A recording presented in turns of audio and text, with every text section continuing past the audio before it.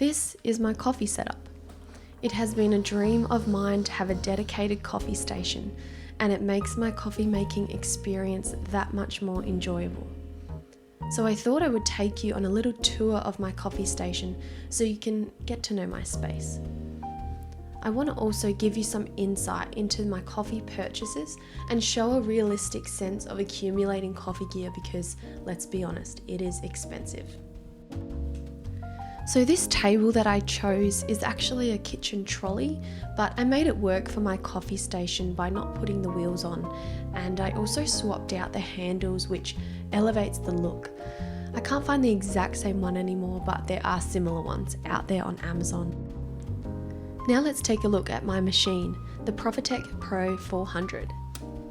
I purchased this machine just over a year ago, and it has been a solid investment for my at-home coffee experience. I paid 2,700 Australian dollars, and I think it has been worth it.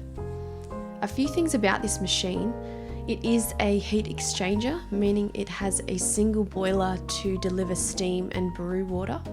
It has an E61 brew group head, some temperature control, pre-infusion, and an easy to adjust OPV. These are the majority of reasons why I landed on the Profitec Pro 400. I had been saving up my money for quite a few years to buy an espresso machine of this quality, and I was desperate to upgrade from the likes of, $200 Breville or Sunbeam machines. And when I saw the 400 in person and could feel the build quality rather than just seeing it through a screen, it was game over. This machine is built to last. Everything is sturdy and very well made. All the stainless steel features are solid and they don't flex or rattle. Ultimately, I chose the 400 model because it has a slightly lower price point than other brands, and it comes with a good range of features.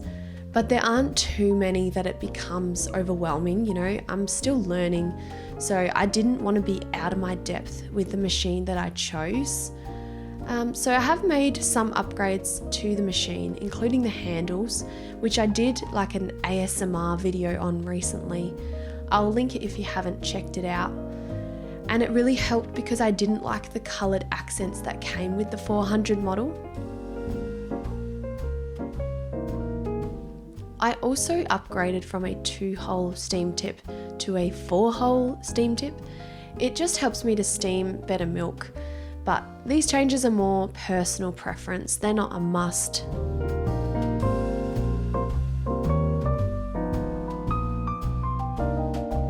Next up is my choice of grinder. This is the Baratza Sette 270. It has 40mm steel conical burrs, and I think I paid a bit over 500 Australian dollars for it.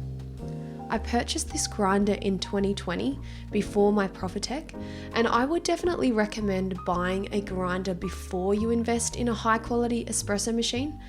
It enhanced my shot quality significantly when I was still using an entry level machine, and nothing beats freshly ground coffee. It is on the cheaper end of the scale for grinders, but I think it is good value for money.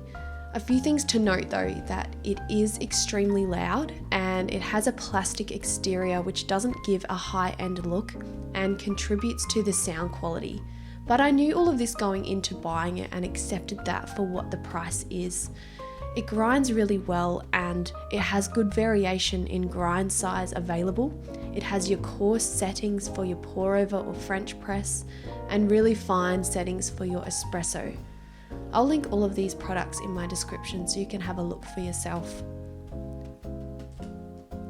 Now let's take a look at my coffee accessories. So I purchased this WDT tool from Amazon 2 years ago. It has been 3D printed and it was so cheap. I think it was around $8, but it has really made a huge difference. I would definitely recommend. This tool has really helped with channeling in my shots too. Just make sure you find the right needle width. Mine I think is 0.35mm. Hey, let me know if you think WDT is worth the hype in the comments. I will be interested to see. So for Christmas, my husband bought me this Normcore dosing ring, which has been great for keeping the coffee grounds in the puck and ultimately keeping my station clean.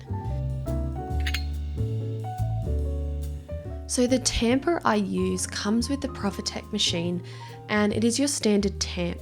I am a big lover of manual tampers because it gives me direct control over the quality of my shots. I really enjoy the satisfaction of creating a tasty coffee from my own efforts and manual input. I really love crafting each coffee from feel and tasting the results, and I think that's what constitutes the art of coffee versus the science of coffee, and I love a bit of both in that. So I tamp on this Breville tamping mat, which is just, a basic rubber mat. You don't need anything crazy, I don't think. Next is my milk jug, which I also picked up from Amazon. I like this one because it has the measurements inside the jug, and that helps me to not waste milk and, be consistent with my quantities. The filter basket I use is the one that comes with the machine, which I have heard the Profitec ones are reasonable quality, so that's why I'm not in a rush to swap it out. I would love to buy a new Pullman or IMS basket, however, I'm trying to take the upgrades slow. I need help not to get distracted by the pretty new things. I am trying to work on normalizing not having the newest and shiniest gear. I have managed to still achieve what I want with coffee without the top quality items. Obviously, I am very grateful for my setup, and I do recognize how much money I have spent on coffee.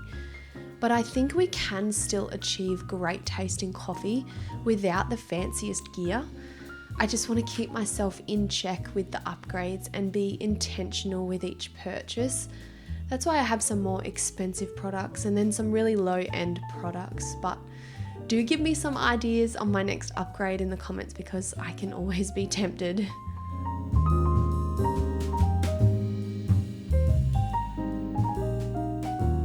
So that is my coffee station tour. Thank you guys. Please hit that subscribe button. Would really love to have you in our caffeinated family, and I will see you in the next one.